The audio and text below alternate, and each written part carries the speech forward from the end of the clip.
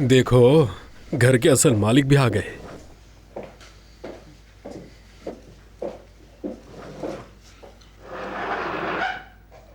गुलफेम बेटी, ये एपिसोड ना थोड़ा कम था लेकिन था बड़ा मजेदार। शुक्रिया तुम्हारा।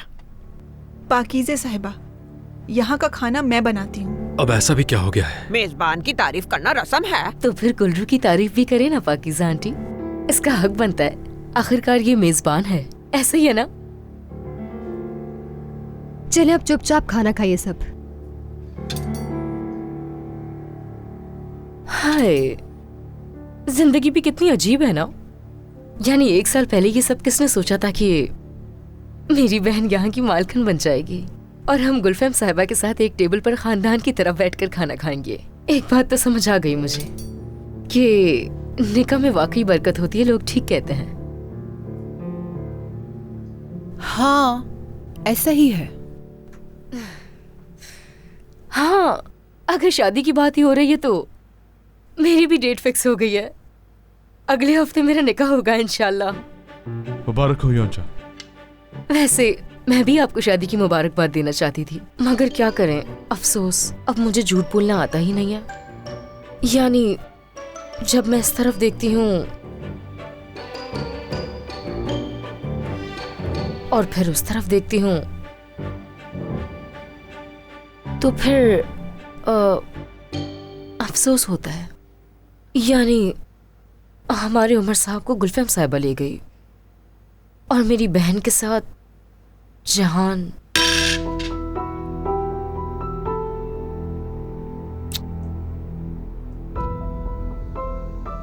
अरे माफ कर दें, मुझे इतने गुस्से से मत देखें गुलफेम साहिबा। यानी आपने भी बहुत कुछ सहा है, सही कह रही हूँ ना मैं? अपनी ख्वाहिश पूरी करने के लिए, उमर साहब को मेरी बहन से अलग करने के लिए, यानी जबरदस्ती हार्ट अटैक तक करवा लिया था उन्होंने खुद को। अब ये क्या हो रहा है? कौन सा हार्ट अटैक? ये किस बारे में बात करी आप? आराम से, आराम से। लेकिन वाकई आप बहुत हिम्मत वाली हैं, सच कह रही हूँ मैं। यानी देखें तो इन्हें कैसे चुपचाप मासूम बनकर बैठी हुई हैं। लेकिन मानना तो पड़ेगा, कुछ भी करके अपना मकसद तो पूरा कर ही लिया। हॉस्पिटल में इन्होंने मुझसे वो खास इंजेक्शंस मंगवाए थे। उमर साहब को कसूरवार महसूस कराने के लिए इन्होंने बहुत दावपेच आजमाए हैं।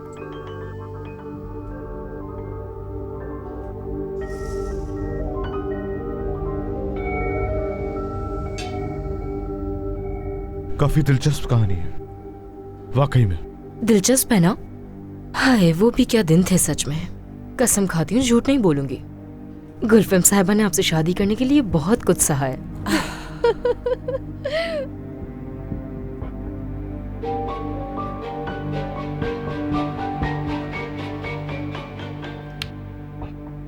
योंजा, मुझे नहीं मालूम तुम किस बारे में बात कर रही हो, लेकिन जो भी है बहुत मज़ाहिया है। हाँ, बिल्कुल मज़ाहिया नहीं है, बल्कि अफसोस की बात है। मैं भी तो यही कह रही हूँ, कितने दुख उठाए हैं आपने। हाँ, मगर आपने जो कुछ भी किया आखिर में कामयाब तो हो ही गई। क्या बात है, इसका सारा क्रेडिट आपको ही जाता है।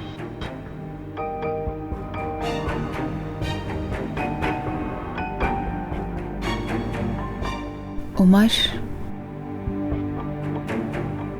सच क्या है बताऊंगी मैं। मुझे नहीं जानना गुलफैम, नहीं जानना बिल्कुल भी।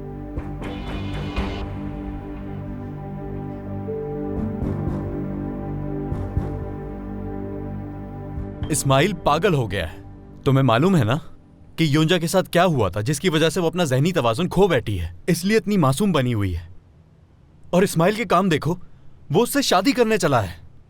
देखो, तुम्हें भी मैं ये बता दूं, अगर इस्माइल के उससे 5 बच्चे भी हो जाएं, 5 बच्चे होने के बावजूद भी जिस दिन योंजा की याददाश्त वापस आ जाएगी वो उसे छोड़ के चली जाएगी। फिर वो 5 बच्चे भी इस्माइल ही संभालता रहेगा।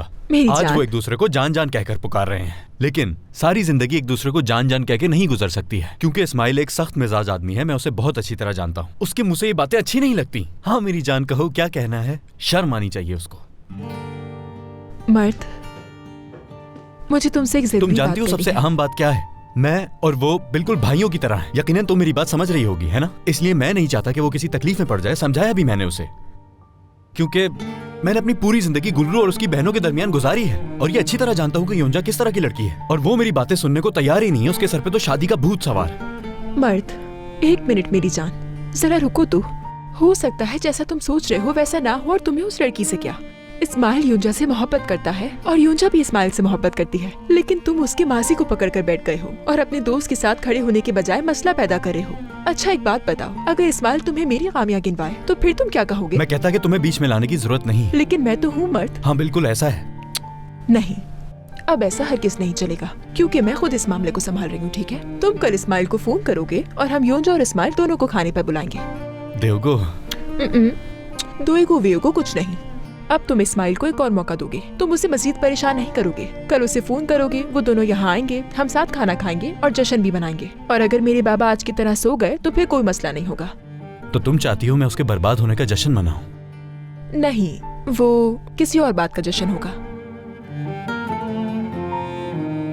50,000 का कर्ज उतारने का जश्न।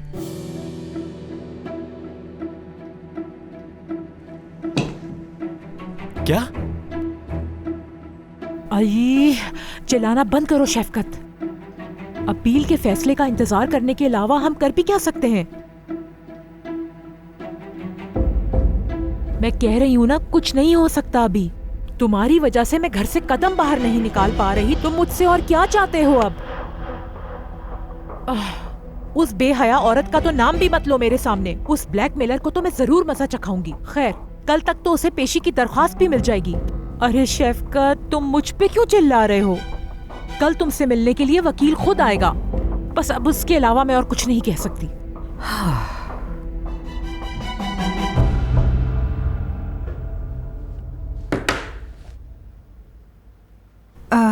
मैं आपके लिए चाय लेके आई हूँ जायते साहिबा।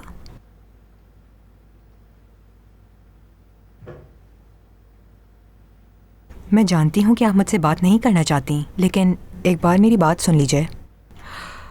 मुझे आपको एक ज़रूरी बात बतानी है। अगर नहीं बताऊंगी तो मुझे सुकून नहीं मिलेगा।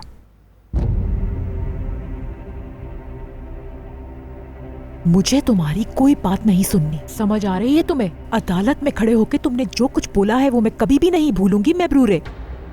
लेकिन ये बात गुलफैम और गुलरू के बारे में है।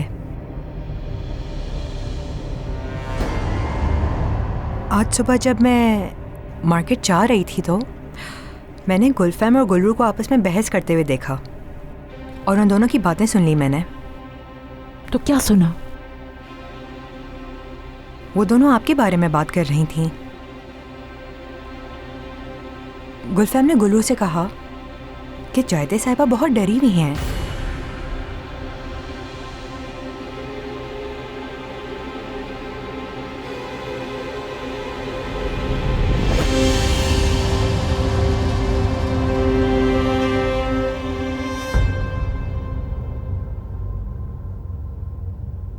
मर्द, मेरी जान, क्या हो गया है तुम्हें? तुम्हारा चेहरा क्यों उतरा हुआ है? ऐसा लग रहा है जैसे कोई बुरी खबर मिल गई हो। देखो, एक बार हमारा कर्जा उतर जाए फिर सब ठीक हो जाएगा।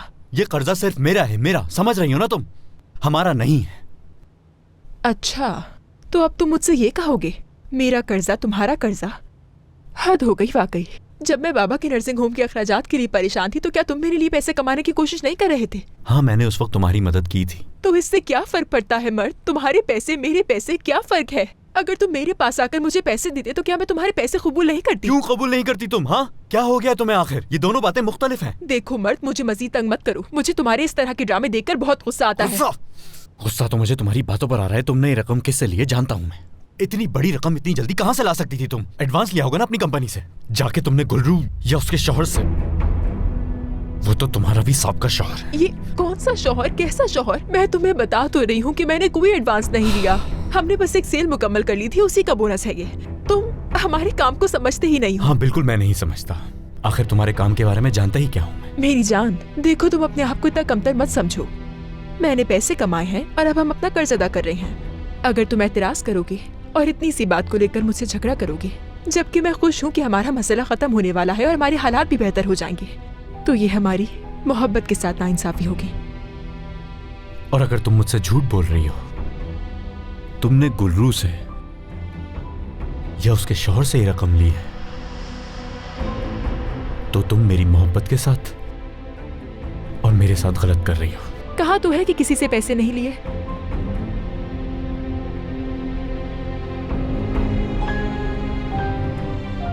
ठीक है, फिर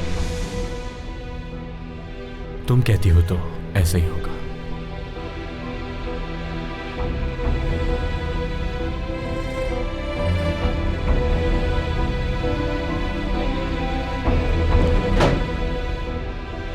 सब खत्म हो जाएगा। अगर इसे पता चला तो सब खत्म हो जाएगा। अब क्या करूं मैं?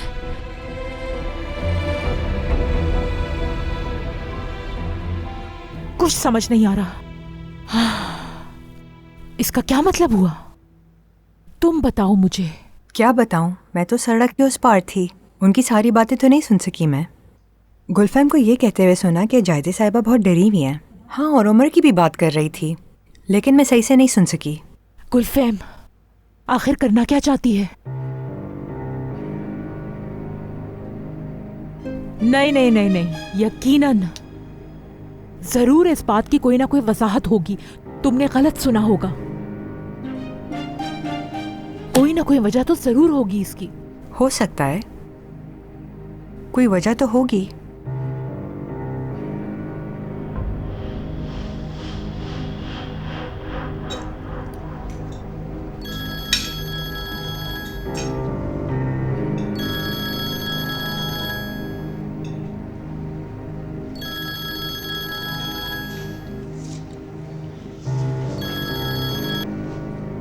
जी कहिए।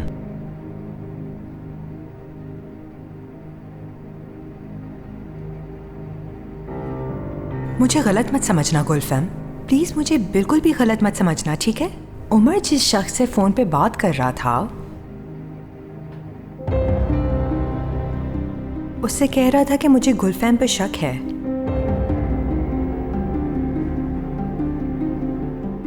उसने ये भी कहा कि मैंने उसे आखिरी मौका दिया लेकिन उसने फायदा नहीं उठाया, और उसने दोनों का जिक्र किया। वो कह रहा था कि उन दोनों को पता है लेकिन वो मुझसे छुपा रही हैं। और उसने कहा कि वो सबूत जमा कर रहा है जिससे हकीकत सामने आ जाएगी।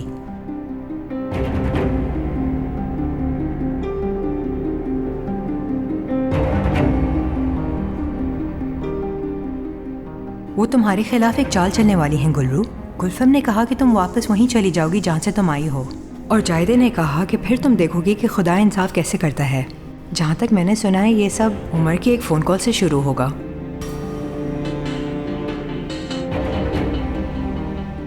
लेकिन आगे उन्होंने क्या बातें की ये मैं नहीं सुन सकी। फोन करता हूँ मैं आपको।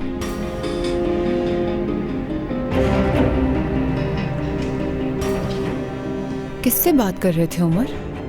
मुझे कहीं जाना है गुलफैम, आने में देर हो जाएगी।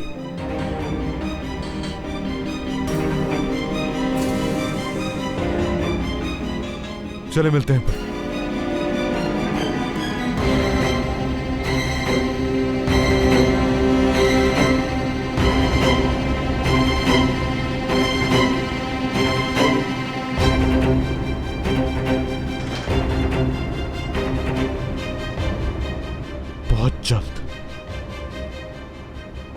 बहुत जल्द तुम तीनों से हिसाब लूंगा।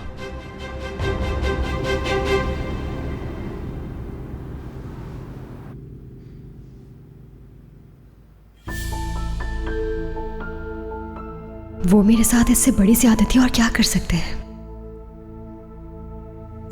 जो सबसे बड़ा जुल्म कर सकते थे वो कर चुके हैं। अब क्या करेंगे मेरे साथ? अपने साथ ऐसा मत करो गुलफैम, तुम्हें हर हाल में खुद को संभालना होगा। मैं जाहिदे की तरह घबरा नहीं सकती। मत घबराओ बिल्कुल।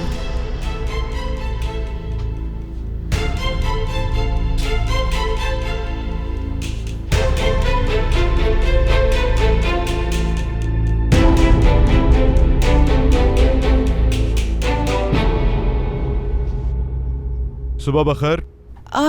तुम कब वापस आए? मुझे तो तुम्हारे आने का पता ही नहीं चला। आने में जरा देर हो गई। उमर, क्या हुआ है तुम्हें? क्या मतलब? पिछले 2 दिनों से हमारी आपस में कोई बात नहीं हुई। कुछ बदलाव सा नजर आ रहा है तुम में। मेरा मतलब मैं ठीक से बयान नहीं कर सकती, लेकिन हाँ, मुझे ऐसा लगता है कि तुम मुझसे कुछ छुपा रहे हो। कहीं ये तुम्हारा वहम तो नहीं? वैसे मैं तुमसे यही पूछने वाला हूं। आजकल तुम कुछ ज्यादा ही परेशान रहने लगी हो। मैं किस बात से परेशान होंगी? तुमने वो मामला खत्म कर दिया तो मैंने भी खत्म कर दिया। उसके बाद कुछ बात करने को रहा ही नहीं। कौन सा मामला? वो मैं गुलरू और जाहिदे के दरमियान जो चल रहा था उसके बारे में कह रही थी। नहीं, ऐसे ही। मेरा मतलब वो नहीं था। आज थेरेपी का दिन है, याद है ना? हाँ। मैं उसी की बात कर रहा था। ठीक है, समझ गई। आज थेरेपी का दिन है।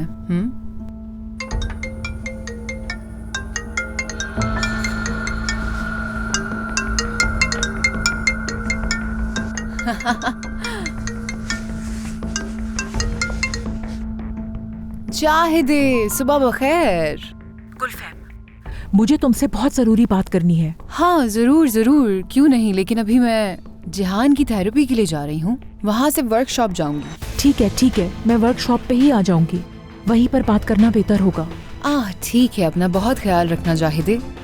उमर भी मेरे साथ है, क्या तुम उससे कुछ कहना चाहोगी? बिल्कुल नहीं, मैंने इस वक्त तुमसे बात करनी थी, उससे नहीं। अच्छा ठीक है, मैं उसे बता दूंगी। उमर सलाम कह रहा है तुम्हें।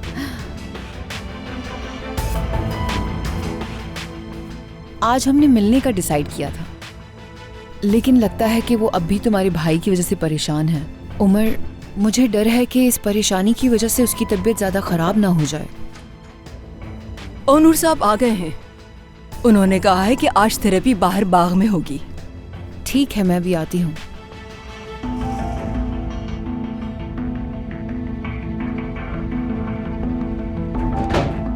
देखो, नूर भी आ गया। तुम कहाँ जा रहे हो? क्या जाहिदे के पास जा रहे हो? वहां बाद में जाऊंगा, पहले ये काम निपटाए। ठीक है मेरी जान, मिलते हैं।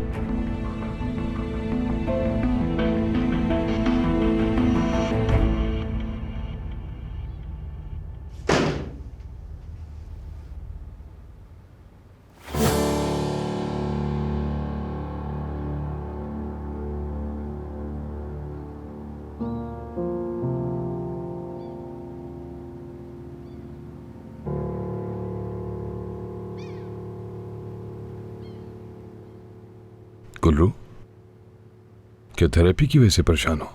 नहीं, मैं तो परेशान नहीं हूँ। यानी मुझे अच्छा लगता है कि हम सब मिलकर थेरेपी कर रहे हैं।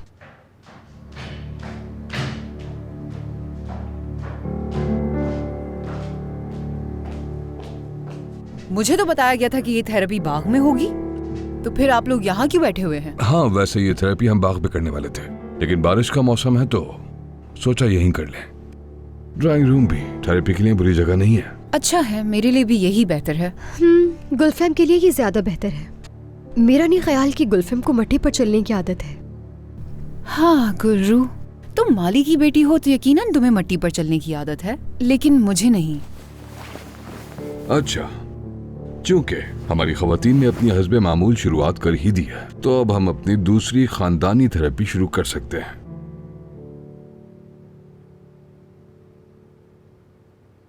तुम सब वहीं हो क्या तनर? बाहर आकर मुझसे बात करो।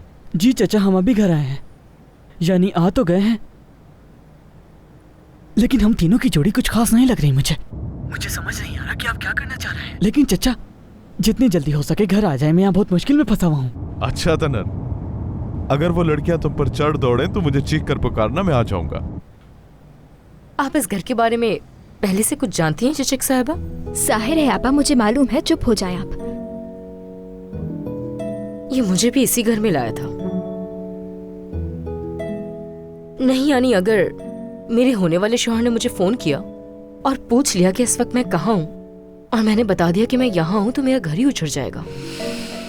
हाँ चचा, मतलब हद है तनर। तुम्हारे चचा ने सबको यहीं पे जमा क्यों किया है? मिलने के लिए कोई और जगह नहीं मिली थी? यही घर क्यों? चिचिक, मुझे क्या पता उनके दिमाग में क्या चल रहा है, मैं थोड़ी जान सकता हूँ। मैंने तो उनसे कहा था कि हमें कैफे में मिलना चाहिए, लेकिन उन्होंने कहा कि वहाँ आराम से बात नहीं हो पाएगी। आखिर ऐसी कौन सी बात करनी है? चिचिक, मुझे क्या पता। खुदा। हाँ तो जिहान, तुम्हारी बहन और तुम्हारी बीवी अब तुम्हारी सालगिरह के बाद आने वाली तब्दीली को महसूस कर पा रही हैं? बिल्कुल, वो लोग जानते हैं। अच्छा, तो जिहान, तुम्हें क्या लगता है इन दोनों में ऐसी क्या तब्दीली आई है? बात की थी मैंने, सालगिरह की रात बहुत बात हुई हमारी, और हम दोनों ने एक दूसरे का सामना किया, सच को तस्लीम किया। कोई भागा नहीं सच से। मुझे तो तजस्सुस हो रहा है, आखिर तुम दोनों ने किस चीज का सामना किया है? इससे तुम्हारा कोई सरोकार नहीं है गुलफहम। मेरा ख्याल है हम सवालों की तरफ वापस आते हैं। क्या लगता है इनमें क्या तब्दीली आई है? नहीं, मुझे इस तरह मत देखो, कुछ तो अजीब है अभी भी हमारे दरमियान। नफरत का नाम नहीं दूंगा मैं उसे। क्या तुम्हें लगता है ये दोनों एक दूसरे से नफरत करते हैं? ओ नूर, नफरत एक जज्बा है और वो अपने बराबर के लोगों से किया जाता है। इस जैसी लड़की से मैं नफरत क्यों करूंगी? जाहिर है गुलफहम मुझसे नफरत करने वाली होती भी कौन है। इनकी नफरत भी कीमती है, वो इसे किसी माली की पेटी पर जाया नहीं करेंगी। खैर, रुकी हुई घड़ी भी दिन में 2 बार वक्त सही दिखाती है। बिल्कुल, ये दोनों तुम्हारी जिंदगी की अहम तरीन औरतें हैं। इनसे क्या करवाना चाहते हो?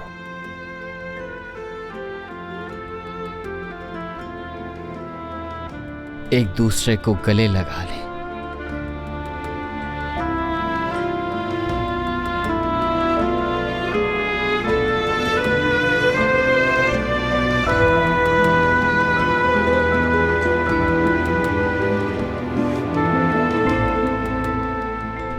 शायद मैं कुछ ज्यादा बोल गया, मेरा टाइम खत्म। माँ, थेरेपी खत्म हो गई, हम फ्री हैं। जिहान की थेरेपी खत्म हो गई है। समझी नहीं मैं। जिहान ने मुझसे एक खास दरखास्त की थी और मैंने सोचा कि ये इसके लिए बहुत फायदेमंद साबित होगी। उसने बताया कि वो तुम दोनों को कैसे देखना चाहता है।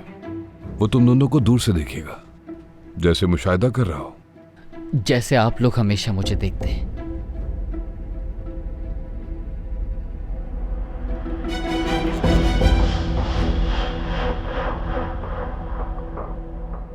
अब हम लोग क्या करने वाले हैं? तुम वही करोगी जो जिहान ने किया गुल्लो। तुम दोनों एक दूसरे का सामना करोगी।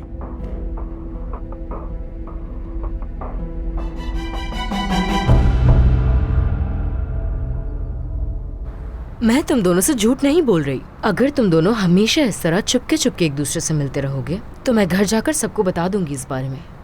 क्या घूर घूर कर देख रही हो तुम मुझे चिचक? सर पर चोट जरूर लगी है लेकिन बेवकूफ नहीं हूं मैं। ये तुम्हें अच्छी तरह मालूम है कि इस नकली जस्टिन बीबर की वजह से मैं क्या क्या सह चुकी हूँ। मैं देखो योंजा, खुदा के लिए तफसील में जाना जरूरी नहीं है। अल्लाह अल्लाह, क्यों तफसील से ना बताऊं मैं तुम्हें? हाँ, और वैसे भी सबको सब कुछ मालूम ही है। या अल्लाह, सब्र दे मुझे, सब्र दे।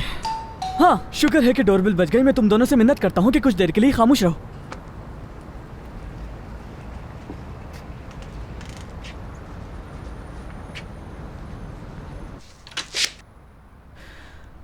चचा, बस आप दुआ कीजिए कि आप जो कुछ भी करने जा रहे हैं वो सबके लायक हो, वरना आज जो मेरी हालत हुई है चचा, उससे भी बुरी आपकी हालत होगी। ठीक है तनर, पुरसुकून हो जाओ। कैसी हो तुम सब? ठीक ही हैं। सबसे पहले मैं आप लोगों का शुक्रिया अदा करता हूँ कि आप लोग यहाँ आई। हाय, मुझे भी मनाने के लिए इन्होंने बहुत मुश्किल उठाई। हाँ, मगर अभी भी मुझे तजस्सुस तो है थोड़ा सा। बहुत सी ऐसी बातें हैं जिनके जवाब जानना चाहता हूँ मैं, इसलिए तुम दोनों को यहाँ बुलाया है। आखिर बात क्या है उमर भाई? सच कहूँ तो मुझे भी अभी ठीक से नहीं मालूम चिचक, लेकिन हम जान लेंगे। मैं सवाल पूछूंगा और तुम लोग मेरे सवाल का जवाब दोगे। तुम्हारे जवाबों से ही पूरे मामले की तस्वीर सामने आएगी। हाय, जान के गेम जैसा बन गया है। तो क्या अब पजल की तरह बातें होंगी। ठीक है, तो बात को शुरू से शुरू करते हैं योंजा। गुलफैम को वो नशे का इंजेक्शन लगाने के अलावा और क्या क्या कारनामे अंजाम दिए हैं तुम दोनों ने?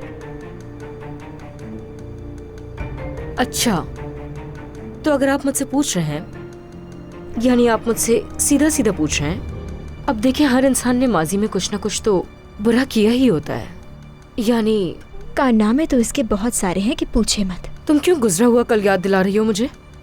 और मुझे वैसे भी सब कुछ याद नहीं है, यानी बहुत कुछ याद भी है, उसमें से कुछ छोटी छोटी हरकतें भी हैं और कुछ बहुत बड़ी बड़ी साजिशें भी हैं, यानी बहुत कुछ है माजी में। मेरा ख्याल है कि तुम्हें अपने सबसे बड़े कारनामे से शुरू करना चाहिए। चलो साफ लफ्जों में बताओ, गुलरू, गुलफैम और मेरी अम्मी, इन तीनों के दरमियान क्या चल रहा है? मैं जानना चाहता हूं, क्या मामला है? तुम्हें जो कुछ भी मालूम है मुझे बता सकती हो योंजा। ओनूर, मैं बहुत अच्छी तरह से जानती हूँ कि तुम्हारे तरीके बहुत गैर मामूली हैं और तुम्हारी ये थेरेपी भी बहुत मुनफरिद है, लेकिन मुझे इस सब की कोई जरूरत नहीं है। जैसा कि तुम खुद हमें बार बार समझाते हो कि ये जिहान की थेरेपी है, हमारी नहीं। हैरत की बात है, लेकिन मैं गुलफैम से मुत्तफिक हूँ। खौफ किस बात का है? क्या एक दूसरे से कुछ बातें करना इतना मुश्किल होता है? देखो जिहान वहां मौजूद है। अब अपनी खुदगर्जी को छोड़ो और उस शख्स के लिए कुछ करने की कोशिश करो जो तुम लोगों से बहुत मोहब्बत करता है। बैठोगे नहीं तुम दोनों? गले लगाओगी एक दूसरे को। अच्छा मजाक है ये। बच्चों वाली हरकत है ये। खवातीन, मेरे तरीकेकार पे बहस नहीं होगी। अब आप एक दूसरे को गले लगाएंगे।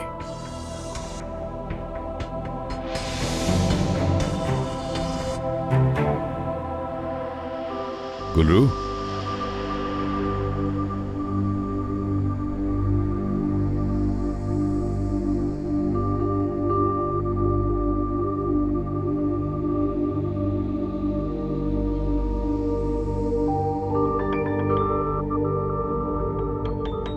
जाहिर है ये सिर्फ गले मिलना नहीं है, मोहब्बत के साथ गले मिलना है।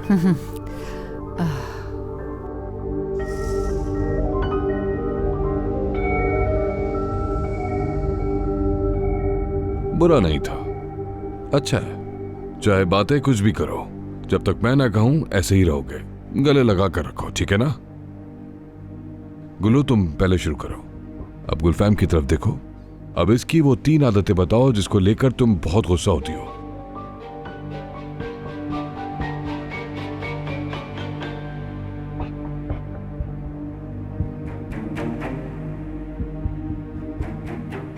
सिर्फ 3 आदतें बताऊं?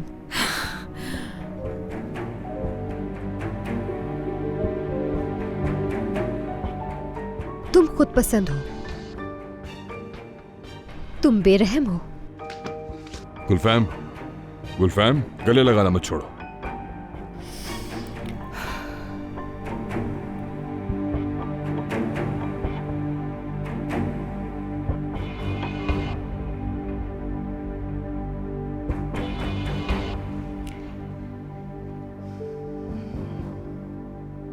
तुम खुद गर्ज हो, हसद करने वाली और बहुत बेहिस हो। गुलरू, सिर्फ 3। मेरे जहन से निकल गया। गुलफैम, अब तुम्हारी बारी है। हसद करने वाली, एहसासे कमतरी की शिकार और इस सब के साथ चोर भी। तुम कहती हो मैं चोर हूँ? हाँ, गुलरू, गले लगा कर रखो।